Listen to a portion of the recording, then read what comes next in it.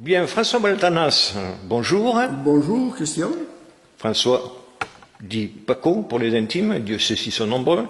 Vous êtes adjoint au maire. Oui, et membre de l'association Les Amis de Jurviel aussi. Très bien. Hein? Nous sommes en l'église Saint Christophe de Jurviel. De Jurviel, qui est le patron protecteur du village. Du village, bien. Voilà. Hein? Et nous sommes rencontrés aujourd'hui pour une bonne et simple raison, c'est que les travaux de restauration du retable sont terminés et mis en place. Exact. Notre association Les Amis de Jurviel a entrepris un combat de 7 années et vous voyez le résultat. Nous avons fait des démarches, des recherches, subventions, etc. Et nous avons pu remettre en lumière ce retable qui dormait et qui disparaissait.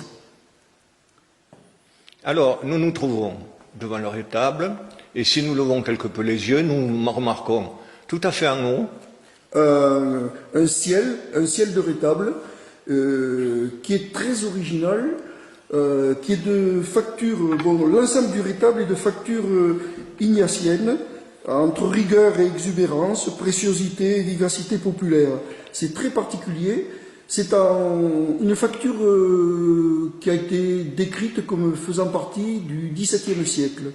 Et en particulier, nous avons donc tout à fait en haut un médaillon phylactère, c'est-à-dire où sont des inscriptions qui se basent sur un texte de l'évangile de Saint Matthieu, qui est le phylactère étant une banderole de pensée. Hein. Et cette pensée est tu es pierre, et sur cette pierre je construirai mon église, et les portes de l'enfer ne prévaudront pas sur elle.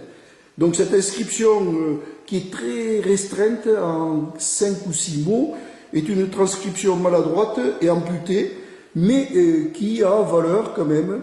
Ce qu'il faut dire quand même, c'est que ce que l'on sait, c'est que la facture générale du retable serait de mouture jésuite.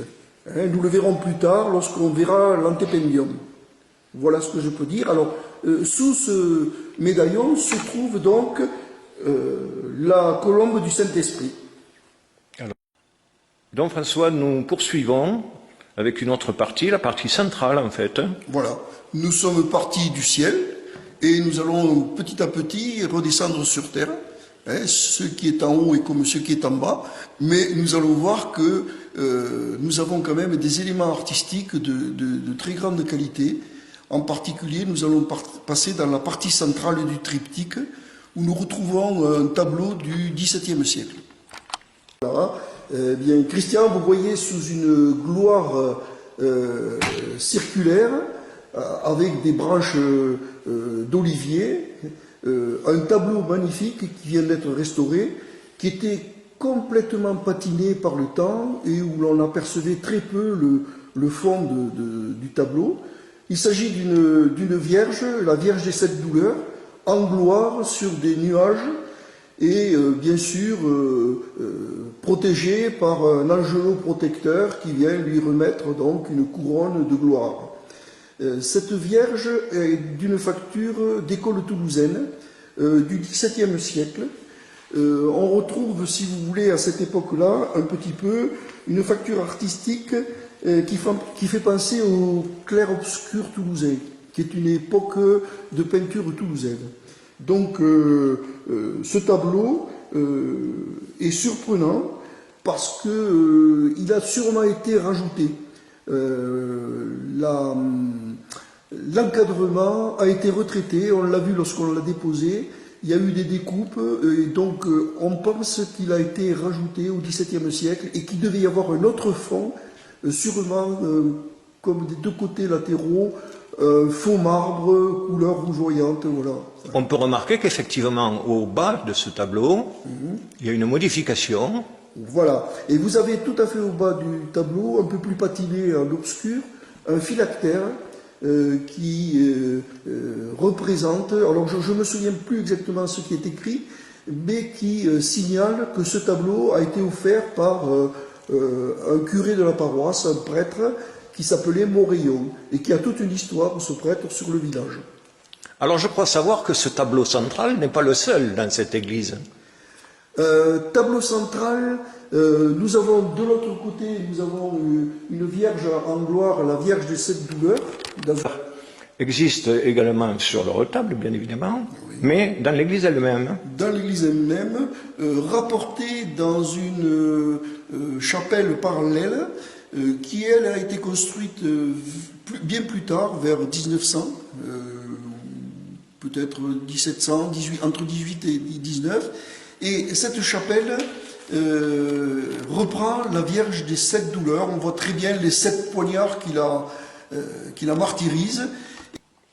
Alors nous sommes dans l'absidiole où se trouve la statue de la Vierge aux 7 douleurs et on la voit fournie en couteau. Vous pouvez m'expliquer, s'il vous plaît, Paco? Ah oui, alors là, bon, je n'aurai pas le fin mot de tous les couteaux, mais c'est les fameuses 7 douleurs dont souffre cette Vierge qui implore donc la protection de son fils. Vous voyez derrière le signe marital, le fameux M. Et nous avons 2 angelots protecteurs de chaque, qui ont une facture 18e, qui sont très originaux et qui sont là pour accompagner cette Vierge. Ce que l'on sait, c'est que l'église de Jurviel a été le but de beaucoup de processions de la vallée du Largouste qui venaient ici parce qu'il y aurait eu, ce que l'on sait, un cercle de pénitenterie qui aurait géré justement toutes ces montées du diocèse du Comminges pour cette fameuse donc procession. Et donc nous savons aussi qu'il y avait, mais ça un meuble, ce qu'on appelle un meuble de fabrique, qui permettait à trois clercs laïcs d'avoir chacun une clé. Et dans ce meuble de fabrique, on pouvait déposer l'argent pour l'achat des messes, l'achat des cierges, l'achat de tout l'environnement ecclésiastique qui permettait de faire fonctionner cela. Nous avons vu donc avec vous la Vierge aux 7 couteaux et nous allons nous retourner vers le retable. Voilà, nous allons reprendre le retable. Je l'avais signalé au départ que c'était un triptyque. Donc après la partie centrale, nous passons aux 2 côtés latéraux qui permettent de voir 2 saints. Donc nous allons voir en premier Saint Christophe, qui est le patron de l'Église. Un Saint Christophe qui, vous savez, est un personnage assez extraordinaire, puisque un jour, en voulant traverser le Jourdain, un jeune enfant lui a demandé de le prendre sur les épaules pour traverser. Et lorsqu'il a traversé le Jourdain, les eaux sont montées, ils allaient se noyer, et le petit enfant qui était sur le dos a proposé à ce personnage biblique de planter son bâton dans le fond du Jourdain, lequel est devenu un arbre immense, et ils ont pu se sauver ainsi. Et donc nous avons la symbolique là du Jésus, en fin de compte c'était Jésus qui protégeait en quelque sorte les hommes et la terre. Et cette symbolique se retrouve ici dans cette église. Alors c'est un bois polychrome du 15e quand même. Hein. Ça a été, lorsqu'on voit l'envers de la statue, on s'aperçoit que c'est un tronc évidé. Et donc cette statue était très touchée. Et elle a été reprise et donc consolidée un peu à sa matière d'origine. Mais c'est du bois, bien sûr, qui travaille avec le temps. Voilà, à présent nous passons à la deuxième partie du triptyque, le panneau de Saint-Jacques, qui lui aussi est protégé par 2 colonnes corinthiennes, avec des angelots toujours protecteurs qui sont très originaux. Et vous apercevez toujours la couleur bleu manganèse qui est là. Et nous avons un Saint-Jacques. Cette chapelle templière, nous nous posons la question depuis très peu de temps. Un architecte de passage a été, lui, piqué au vif et nous a dit c'est une porte ogivale qui doit remonter au 10e, 11e, 12e siècle. Et il y a une symbolique templière très importante, puisqu'il y a 3 croix pâtées qui sont des croix templières. Et donc il pense, lui, que quelque part, au départ, derrière cette porte se trouvait une petite chapelle de très petite surface, sûrement 10 mètres carrés, et qui a servi d'embase ensuite, au cours du temps, à la construction de notre église. Alors le rétable en lui-même, dans sa partie centrale, sous le fameux tableau de la Vierge cette douleur, se trouve un tabernacle de facture 17e que nous avons sauvé d'une perte presque certaine. On ne s'imaginait pas qu'il avait cette place-là. Et donc, nous avons demandé en fin de rénovation qu'on nous remette ce tabernacle en place. Il est un peu original parce qu'il est un peu précieux, assez tourmenté. Donc, ce que l'on sait, c'est que vous voyez, il y a une petite mandorle sous forme de coquille Saint-Jacques avec 2 colonnettes tout à fait vers le haut. Et à cet endroit-là se situait une Vierge aux 7 douleurs qui a été volée sûrement. Voilà. Et donc il s'agirait peut-être de la retrouver. Nous avons ensuite des représentations toujours pareilles qui sont très importantes de la Vierge dans cette église. Vous avez l'Annonciation d'un côté, hein, et vous avez des angelots qui bien sûr sont toujours là en accompagnement, et un Jésus dans la porte du tabernacle en croix, qui est de facture aussi très très ancienne. L'ensemble est harmonieux, un peu tarabiscoté comme style, mais enfin il s'harmonise bien avec l'ensemble du tableau, et je pense quand même que nous avons eu raison de remettre ce tabernacle en place. Se trouve ce qu'on appelle un antependium. Un antependium qui est original, c'est une toile peinte, et sur cette toile peinte, il y a 2 faces, avec un revers, d'un côté celui-ci, si vous voulez, qui nous permet de voir la symbolique jésuite. Hein. Vous avez le monogramme IHS qui représente donc Jésus, et puis vous avez le cœur transpercé de 3 lances, qui est une symbolique de la pensée jésuite.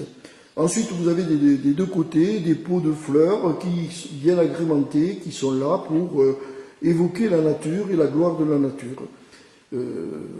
Nous avons donc un antependium très original aussi, qui, je vous ai dit aussi, peut se retourner pour les messes mortuaires. Nous voyons la partie verso, qui est un décor crâne, ossement et Golgotha, qui sûrement devait servir, c'est assez macabre comme représentation, et qui devait servir sûrement pour les messes funéraires. C'est assez surprenant, et lorsque nous avons demandé à conserver cet aspect aussi, parce que c'est une figuration symbolique originale. Alors nous pouvons voir aussi de façon originale des espèces de flamèches au-dessus, encadrant les crânes. Ce serait une représentation symbolique des gouttes de sang du Christ qui purifieraient ces morts, qui envisagent bien sûr, comme nous tous, de partir un jour au paradis.